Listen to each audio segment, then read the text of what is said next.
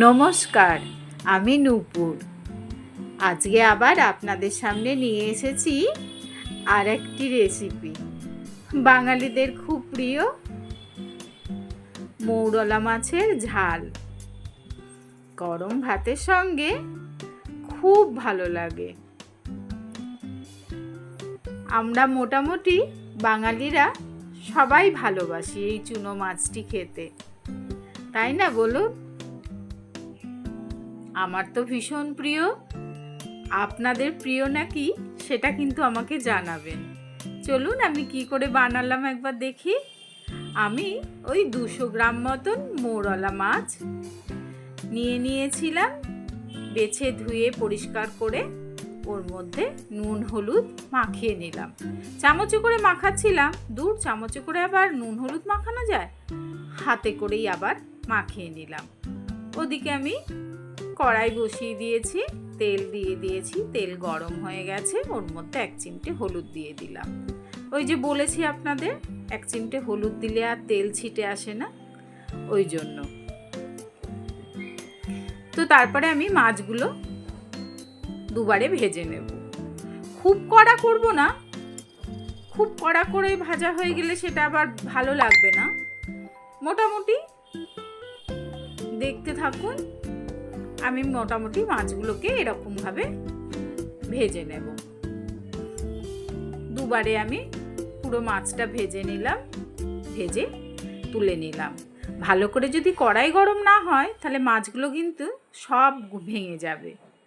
তাই কড়াইটা যেন ভালো করে গরম হয়, তেল যেন ভালো করে গরম হয়, তারপরে মাছগুলো ছাড়বেন। ওই মাছ ভাজার তেলে আর একটু তেল দিয়ে আমি ওর মধ্যে শুকনো লঙ্কা আর 5 ফোড়ন দিয়ে দিয়েছিলাম। আর একটা মাঝারি সাইজের পেঁয়াজ কেটে ওর মধ্যে আমি দিয়ে দিয়েছি। এবার পেঁয়াজটা একটু ভাজা ভাজা হয়ে এলে আমি একটা ছোট্ট টমেটো কেটে রেখেছিলাম, ওটা দিয়ে দিলাম। ওর মধ্যে আমি আবার 1 চিমটে নুন দিয়ে এটাকে ঢেকে দেব, তাহলে পেঁয়াজ আর টমেটোটা একসাথে গলে যাবে। দেখুন হয়ে গেছে, টমেটোটাও নরম হয়ে গেছে, পেঁয়াজটাও ভাজা হয়ে গেছে। এরপরে আমি বেটে রেখেছিলাম আগেই 2 চামচ সাদা কালো সরষে মিশিয়ে, ওর মধ্যে 2টো কাঁচা লঙ্কা আর 1 চিমটে নুন দিয়ে বেটে রেখেছিলাম, যাতে তেতো ভাবটা না আসে। এবার ওটাকে আমি ভালো করে কষিয়ে নেব।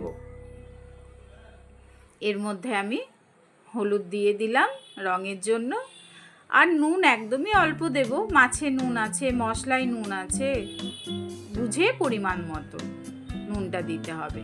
আর 2টো কাঁচা লঙ্কা আমি চিড়ে দিয়ে দিয়েছি। এরপর ভাজা ভাজা হয়ে গেলে তেল ছেড়ে দিলে আমি মাছগুলো তার সাথে মিশিয়ে ভালো করে নেড়ে চেড়ে নেব। নাড়াচাড়া হয়ে গেছে। এরপর আমি অল্প একটু জল মাখা মাখা হওয়ার জন্য দেব, দিয়ে আমি 2 মিনিটের জন্য ঢেকে দেব। দেখুন হয়ে গেছে, কি সুন্দর দেখতে হয়েছে না? এবার উপর দিয়ে আমি ধনেপাতা কুচি ছড়িয়ে দিলাম। খুব ভালো লাগে গরম ভাতের সঙ্গে, সত্যি বলছি। যারা খেয়েছেন তারা তো জানেন, আর যারা খাননি তারা খেয়ে দেখবেন। পুরো ভাতই সাবার হয়ে যাবে এই মৌরলা মাছের ঝাল দিয়ে।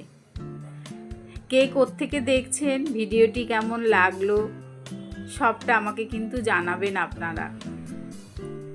আর সবাই সাবধানে থাকবেন, ভালো থাকবেন, সুস্থ থাকবেন। চোখ কান খোলা রেখে রাস্তায় হাঁটাচলা করবেন। যদি ফেসবুক থেকে ভিডিওটি দেখে থাকেন তাহলে লাইক কমেন্টস